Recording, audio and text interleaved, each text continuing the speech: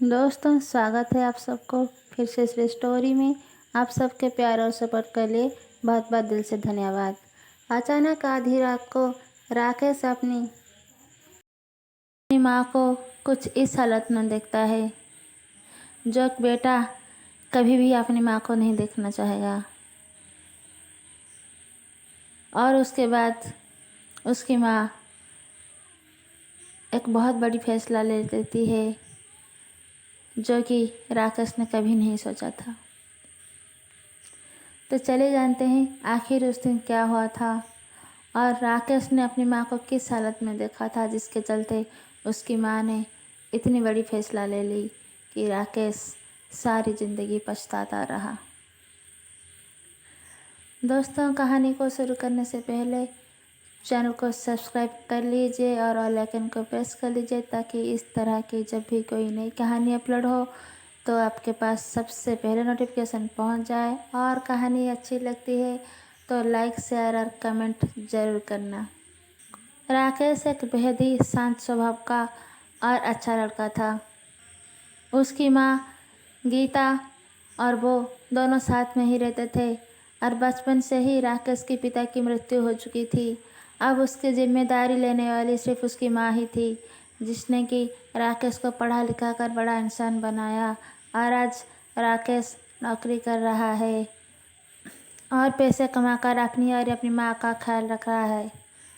एक दिन की बात है जब राकेश अपने ऑफिस से काम ख़त्म करके निकलता है और घर पहुंचने में उसे थोड़ा देर लग जाता है।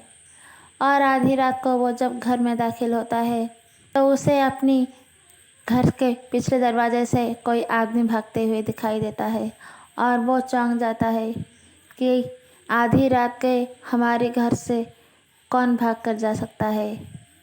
आखिर ये आदमी कौन था। और वो अपनी माँ से डर के मारे कुछ पूछ भी नहीं पाता और वो मन ही मन ये सोचता रहता है आखिर वो इंसान कौन था और आधी रात को अकेले वो यहाँ मेरी माँ के कमरे में क्या कर रहा था। राकेश के मन में कई सारे सवाल और उलझनें चलती रही। उसका दिमाग बस यही सोचता रहता था कि आखिर वो आदमी कौन था और आधी रात गई क्यों वो मेरी माँ के कमरे में आया था और वहाँ से क्यों भाग गया। और वो इस फिराक में रहा कि कभी ना कभी मैं उस आदमी को पकड़ लूँगी और ये कि कभी ना कभी तो मैं ये पता लगा ही लूँगा कि आखिर वो आदमी कौन था और इस यहाँ आए थे। अब राकेश ऑफिस से कभी भी टाइम पे नहीं घर आता था। वो या तो पहले आ जाता था या तो बाद में ताकि वो उस आदमी को पकड़ सके कि कहीं वो आदमी कि आखिर वो आदमी है कौन। और एक दिन राकेश उसे पकड़ ही लेता है। ऑफिस के काम के सिलसिले में उसने अपनी माँ को फ़ोन करके कह दिया था कि मुझे आज लेट हो जाएगा और काम उसका कुछ जल्दी ख़त्म हो गया इसलिए वो थोड़ा जल्दी वापस आ गया। और जैसे ही वो जल्दी वापस आ गया तो घर में आते ही उसने अपनी माँ के कमरे से उसी की ही कंपनी का जो कि मालिक है उसको भागते हुए देखा और उसने उसे पहचान लिया कि अरे ये तो हमारे ही कंपनी के मालिक हैं और ये इतनी रात गए यहाँ क्या कर रहे हैं। अब राकेश को यह समझने में बिल्कुल भी देर नहीं लगी कि उसकी माँ के साथ उसके कंपनी के जो मालिक हैं अवैध संबंध चल रहा है। और ये बात राकेश को बिल्कुल झंझोड़ कर रख देता है। एक जवान बेटा 20 साल का और अपनी विधवा माँ को अपने ही मालिक के साथ अवैध संबंध बनाते हुए अगर सामने देख ले तो उस पर क्या बीतेगी, तो उसके दिमाग पर क्या असर पड़ेगा ये तो सिर्फ वही जान सकता है। राकेश के दिलो दिमाग आग बबूला हो चुका था। उसका खुद पर आपा नहीं था और उसने अपनी माँ से बहुत ही खरी खोटी बातें करी और पूछा, माँ ये सब क्या है, आप इतने नीचे कैसे गिर सकती हो।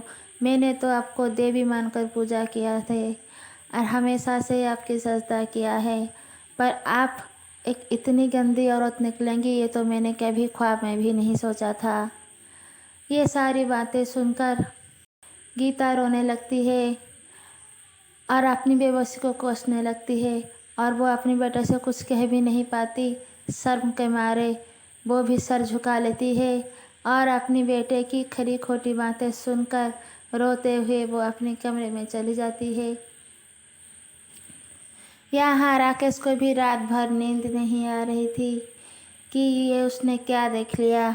जिस माँ को उसने देवी की तरह पूजा किया था और जिस मालिक को वो बहुत ही अच्छा मानता था, अब उन दोनों के अवैध संबंध ये कैसे हो सकता है।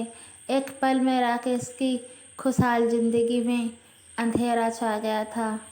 वो चारों ओर से लाचार महसूस कर रहा था खुद को।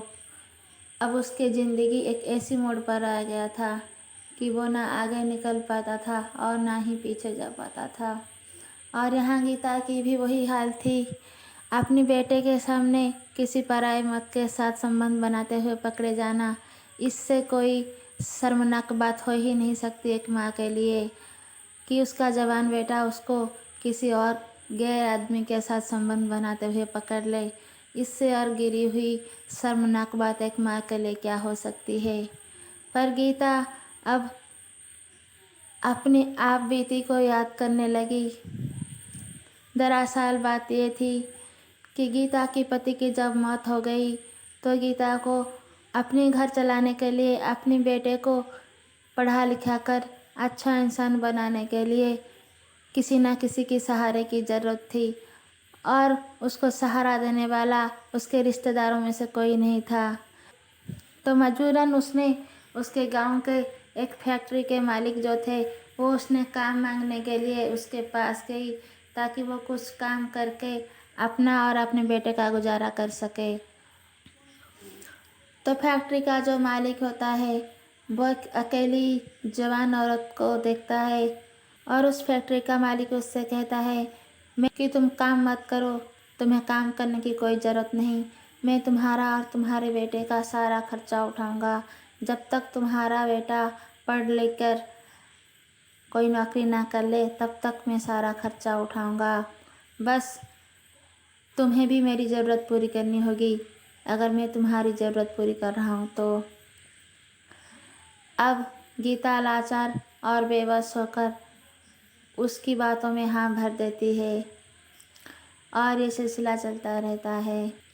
एक माँ अपने बेटे के लिए कुछ भी कर सकती है और राकेश अच्छे से पढ़ाई करे और पढ़ लिख कर अच्छा आदमी बन जाए, इसलिए गीता ने अपनी इज्जत उस फैक्ट्री के मालिक के सामने बेच दी थी।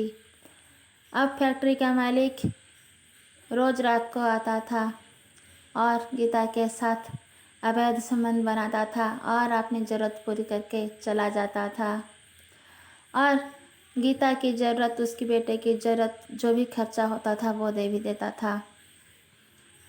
अब धीरे धीरे राकेश बड़ा होने लगा और उसने पढ़ाई अपनी कंप्लीट कर ली और फैक्ट्री के मालिक ने उसको अपनी ही फैक्ट्री में नौकरी में लगा दिया। राकेश बहुत खुश था और गीता भी खुश थी कि उसके बेटे ने अब नौकरी कर ली है। अब उनकी ज़िंदगी में और कोई दुख और तकलीफ नहीं आएंगी। अब गीता ने उस फैक्ट्री के मालिक से कह दिया कि अब मेरा बेटा बड़ा हो चुका है, अब हम दोनों के बीच में ये रिश्ता आगे नहीं जा सकता, आप अपना रास्ता बदल लीजिए। तो मालिक उससे कहता है ठीक है कोई बात नहीं, लेकिन कभी कभी मेरा मन करे तो मैं आ जाया करूँगा क्योंकि तुम्हारे ऊपर मेरा एहसान है, इसे भूलना मत। और तो गीता लाचार होकर उसके हाँ में हामी भरती है क्योंकि उसका बेटा उसके फैक्ट्री में नौकरी करता है और उसी से उनकी रोजी रोटी चल रही है। अब भले ही वो रोज़ नहीं आता था लेकिन बीच बीच में आ जाता था। अब गीता ने जो भी किया था वो मजबूरी में आकर, बेबसी में आकर क्या था, अपने बेटे की अच्छी भविष्य के लिए उसने ये सब किया था। ये सब पर राकेश को ये सब नहीं पता था। उसने तो अपनी माँ को इस हालत में देख लिया और अपनी माँ को बहुत खरी खोटी सुनाई और गीता भी अपने आप ये शर्मिंदा हो गई थी कि उसके बेटे के सामने ये सारी बातें खुलकर आ गई कि उसका अवैध संबंध किसी और के साथ है। ना जाने उसका बेटा उसके बारे में क्या सोच रहा होगा। वो बेटे की नज़र में काफ़ी गिर चुकी थी और खुद की नज़र में भी वो अब उससे नज़रें मिलाने की हालत में नहीं थी। और गीता ने उस रात एक बहुत बड़ी फैसला लिया। उसने अपनी सारी आप बीती एक खत में लिखी और फिर उसने खुदकुशी करके अपनी जान ले ली। अगली सुबह जब राकेश उठता है तो अपनी माँ को पंखे से लटकता देखता है और वो रोते बिलखते हुए उसके पास जाकर उसको पंखे से उतारता है तो उसको वहाँ पर खत लिखा मिलता है। और जब वो उस खत से अपनी माँ की आप बीती के बारे में पढ़ता है तो वो खुद को संभाल नहीं पाता। कितनी बड़ी गलती उसने कर दी, ये सोचकर वो खुद को कोसता रहा कि मेरी माँ ने मेरी भविष्य के लिए, मेरी अच्छी ज़िंदगी के लिए अपना सब कुछ न्यौछावर कर दिया और मैंने क्या किया। मैंने तो उसी को ही गलत ठहराया और उसी को इतना खरी खोटी सुना दिया और मेरी वजह से ही मेरी माँ ने आज खुदकुशी कर ली। अब खुद को कोसने के अलावा राकेश के पास और कुछ भी नहीं बचा था। दोस्तों, आपको क्या लगता है कि राकेश की माँ ने अपने बेटे की ज़िंदगी को संवारने के लिए जो भी किया, क्या वो सही था? कमेंट बॉक्स में ज़रूर बताना। धन्यवाद।